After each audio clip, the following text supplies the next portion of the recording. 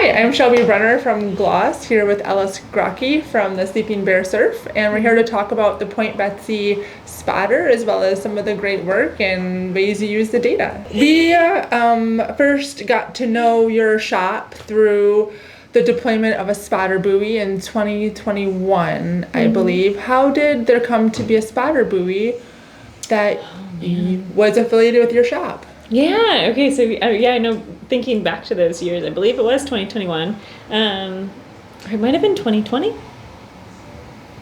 Sorry, my brain farts, you can totally edit all this out. Yeah. Let's just... Anyway, so the story began with Hayden Henderson, a really good buddy of mine from our college days, who was like my go-to part of the clan that was like go-to surf buddies and shred buddies up in Mount Bohemia. And he reached out with this idea of getting more spotter buoys into the Great Lakes, and knowing that we were kind of centralized in multiple different surf spots around here in the Northern Great Lakes region, and would be a good resource to be able to share that data with our community. So he actually just asked us and was like, is this something that you'd be interested in exploring? Like taking on this buoy as its caretaker, and would a buoy actually be beneficial in your area? And our answer was like, hell yeah, 100%. The closest buoys to us are, I guess the closest is the North Buoy, 45006. And then down yonder probably spans 100 miles north and south of here. So having a buoy right off of the coast of Point Betsy that's able to pick up wind off of that point, that can be a really good resource for those itching to go surf in Frankfurt or looking for, live data for their families if interested in going to play at the beach in Empire or Esh Beach, all the way north to Leland, Sutton, and Northport area where people might be looking to track wind as well. It's an incredible resource to have close to shore. And I was going to ask you what you lovingly call your spotter, because we refer to it on Seagull as the Point Betsy spotter, but I know that you refer to it differently in your emails, so you refer to her as Looney. We totally refer to her as Looney. We were the first deployment that we had, actually, where Hayden and crew met us with the big boat because they were on their way to deploy some grander buoys in Grand Traverse Bay and such, and we had this super magical deployment with that team. And then like as we're leaving and like enjoying like watching this little buoy bounce around, Loon was just hanging out, like doing circles around it. So we're like, it's Looney. That's the name that's stuck. I love it. That seems very appropriate. How deep of water is Looney in?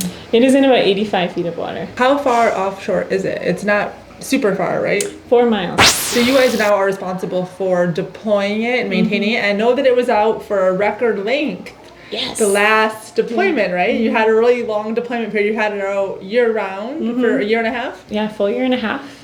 Spent its first winter out there, which was amazing. And we were able to, they think the beautiful thing about those spotter buoys is that it can withstand shifting of ice and all of that good stuff. But yeah, that was an incredible thing to be able to have it out there on like big wintry days. We'd just be like, all right, Looney's out there holding tight. It's -20 and like big waves. And we actually did end up doing a buoy swap this last spring as well. So we actually took out Looney 1.0 and put out Looney 2.0 just to make sure that all systems software was up to date and all that good stuff, and to replace lines because they got really quite corroded with algal growth. Oh, interesting. Okay.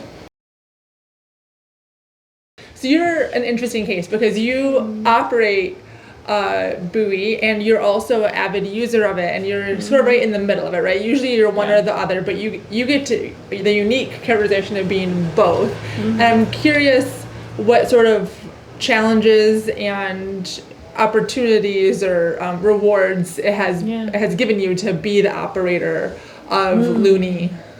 Wow, it's given us some really fun adventures out to the big lake. I can tell you that much. We've had some really fun deployments and just like check-ins on the buoy.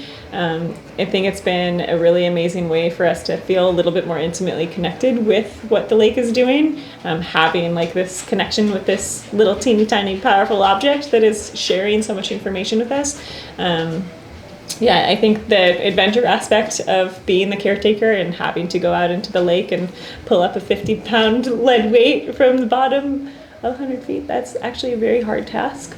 Hard on the hands. Yeah, hard on the hands. Muscle, right? Like yeah. the grips, yeah. But actually, just this last spring, when we did the swap, we went out with some really good buddies, and they helped us. Gosh, I'm now questioning myself if it was in the spring or the fall.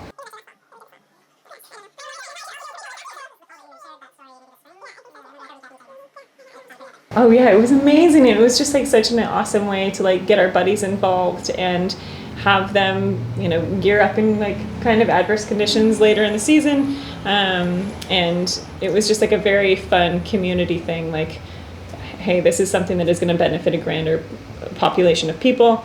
Let's do this together. That was really huge benefit. Curious, how big of waves do you look for before you go out surfing? Okay, great question. Love this. Over 3 feet. When Looney is at 3 feet, that's typically a sure sign that we'll have some type of swell pushing into Frankfurt, Empire, etc. Right. So once that 3 foot marker is passed, it's go time. So the longer period swell typically reflects the fact that wind has been blowing a little bit longer, and typically means that we'll have more power in individual waves. So, and of course, more time to breathe in between smashing. Temperature, I think, is really helpful because as those of us that are chasing surf, temperature plays a pretty huge role. So we typically look for warm air versus colder air versus warmer water, and watching temperature fluctuate through the season can sometimes describe why we're having a flat spell or how strong our surf season might be with that temperature. Did you go winter surfing last year? Oh yeah, absolutely. Mm-hmm. Yeah. Do you get a lot of people that come to do winter surfing from around the area? Yeah. Mm-hmm. Okay. Yeah. All right. And if someone's watching this and they say winter surfing, I would love to do it. Mm-hmm. Do they have to rent? Can they rent boards here from you? And yeah. Okay. Oh yeah. Yeah. We try to discourage first-time surfers or beginner surfers from venturing out in the winter, just because it is like a whole new beast. Right. Absolutely. The lake is really powerful, and that is something that the buoys very much show. The consistency of big wind swell triples as the fall and winter approach. So I highly recommend learning to surf in the summertime when it's a little more gentle and the water's a little warmer and the air's nice and toasty, and then progressing through the fall to then get to winter. But it definitely takes some devotion and some thick blood.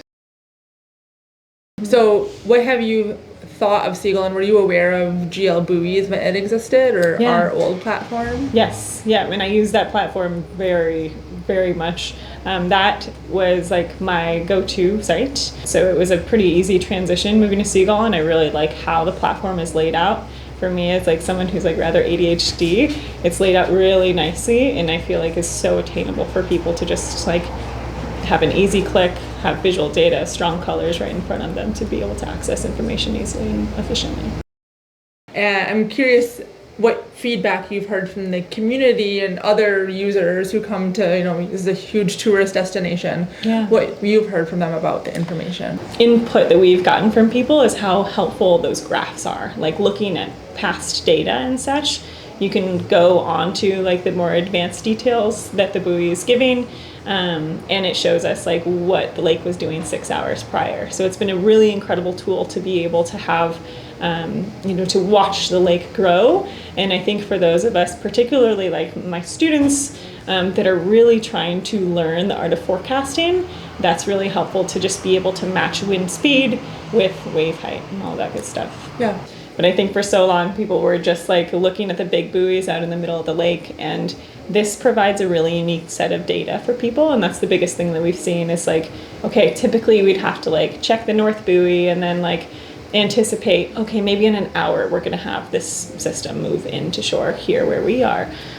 Whereas Looney is able to provide much more significant live data that has been extremely helpful for those like getting out of work, watching the forecast more intimately, and having that live data is so amazing and just makes that spontaneous adventure tangible for people or possible for people. And yeah, again, I think just this like deeper connection with how the lake works. Yeah. We're able to, I think that I have a little bit more fun checking the forecast now that I know like I've put my energy into placing this piece of technology here.